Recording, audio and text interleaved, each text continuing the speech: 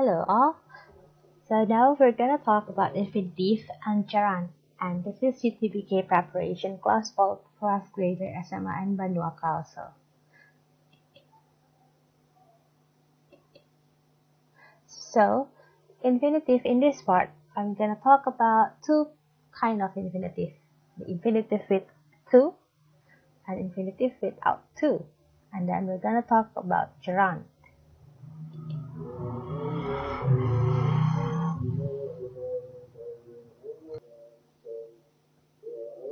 First, infinitive with to. The use of infinitive with to. One is to express a reason or purpose. Example, he ran to avoid being caught. Where is the purpose? The purpose in this part, to avoid being caught. Number two, we use infinitive with to after adjective. Like, the safe is easy to break open. Easy here is an adjective, and break open is the infinitive. And number three, after some verbs including can, can't afford, agree, appear, be able to, can't wait, decide, expect, forget, have got, and etc. And fourth uses is infinitive are not generally used as the subject of sentences. So don't ever use infinitive as the subject of sentences, especially exceptionally if you talk about the infinitive itself. And then for infinitive without to, we use it after modal verbs. Examples: you should see a doctor. We know that should here is a modal. So after modal verb, see is infinitive without to. Then next after auxiliary verbs, like this one, we will go swimming tomorrow. Will here is not as a modal, but will here is as auxiliary verb. And then after let, make, and help. For example, help me carry my shoes. Now, how to decide? Do we have to use infinitive or gerund? First, the words that can be used for infinitive or gerund. These verbs can be followed with either the gerund or infinitive with to, with no differences in meaning. Like begin, continue, prefer, and start. For example, I prefer doing yoga and I prefer to do yoga. Both of these sentences have the same meaning, which means we prefer doing yoga. And then second, this verb can be followed by either the gerund or infinitive with to, but the meaning will be different or the meaning is different. For example, the verb try, remember, forget, and meet. Example 1. Try not to hurt yourself again. And the second sentence, you should try going to an Italian restaurant. For the first sentence, try not to hurt yourself again means we have to make an effort to do something. What is the effort? Not to hurt ourselves again. And for the second sentence, this means try something to see if you like it. Example 2. Remember to fasten your seatbelt.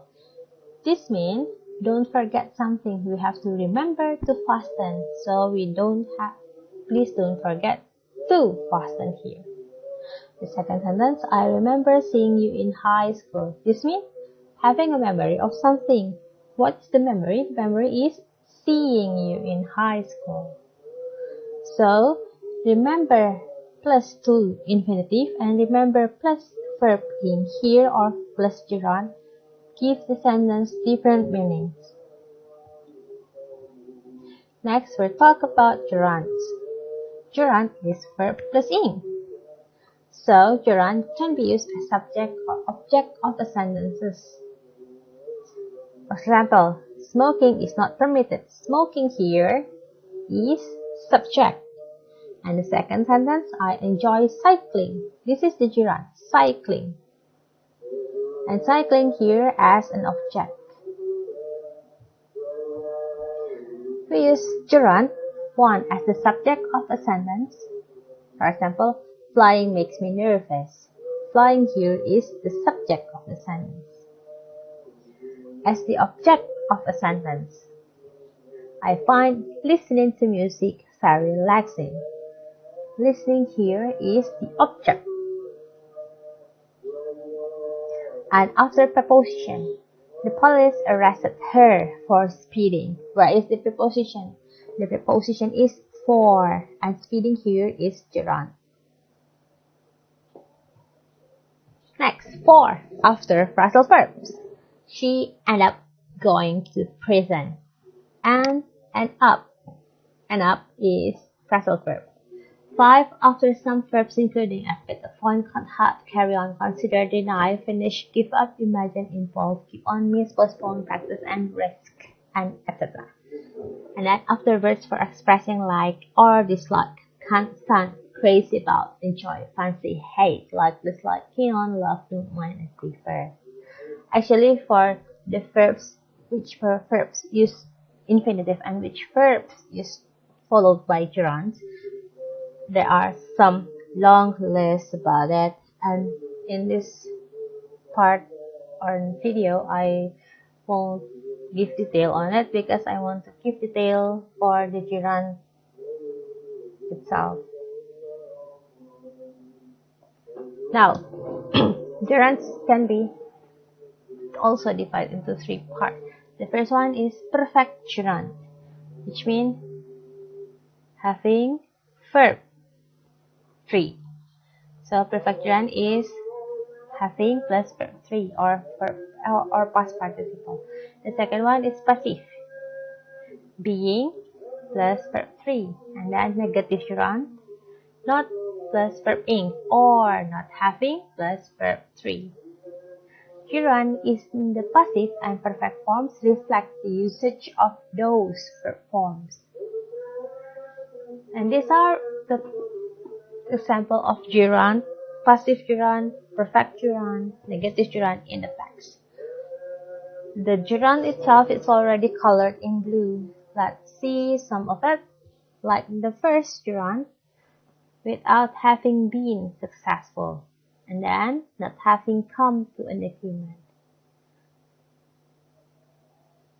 These two is the same, has the same form, which is passive gerund.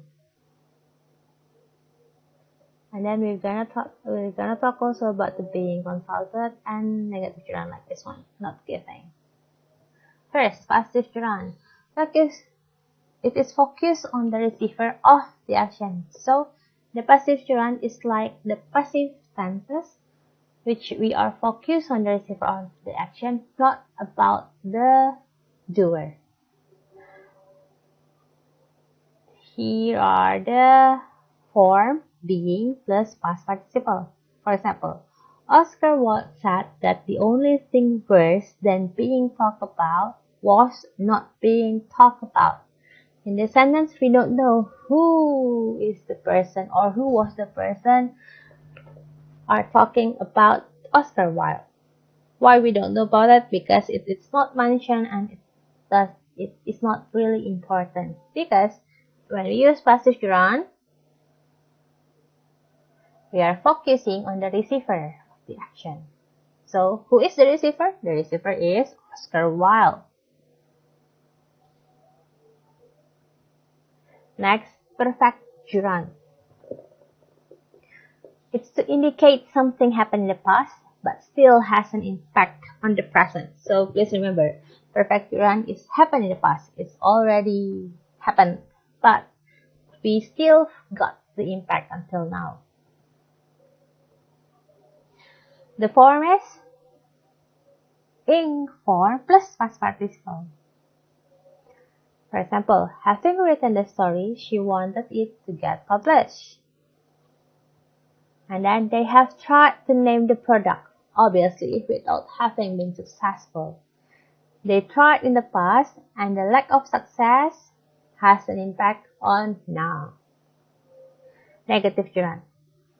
Negative gerund it's not possible to use a construction in negative gerund. And how to form negative gerund? To form the negative, we put not before the gerund.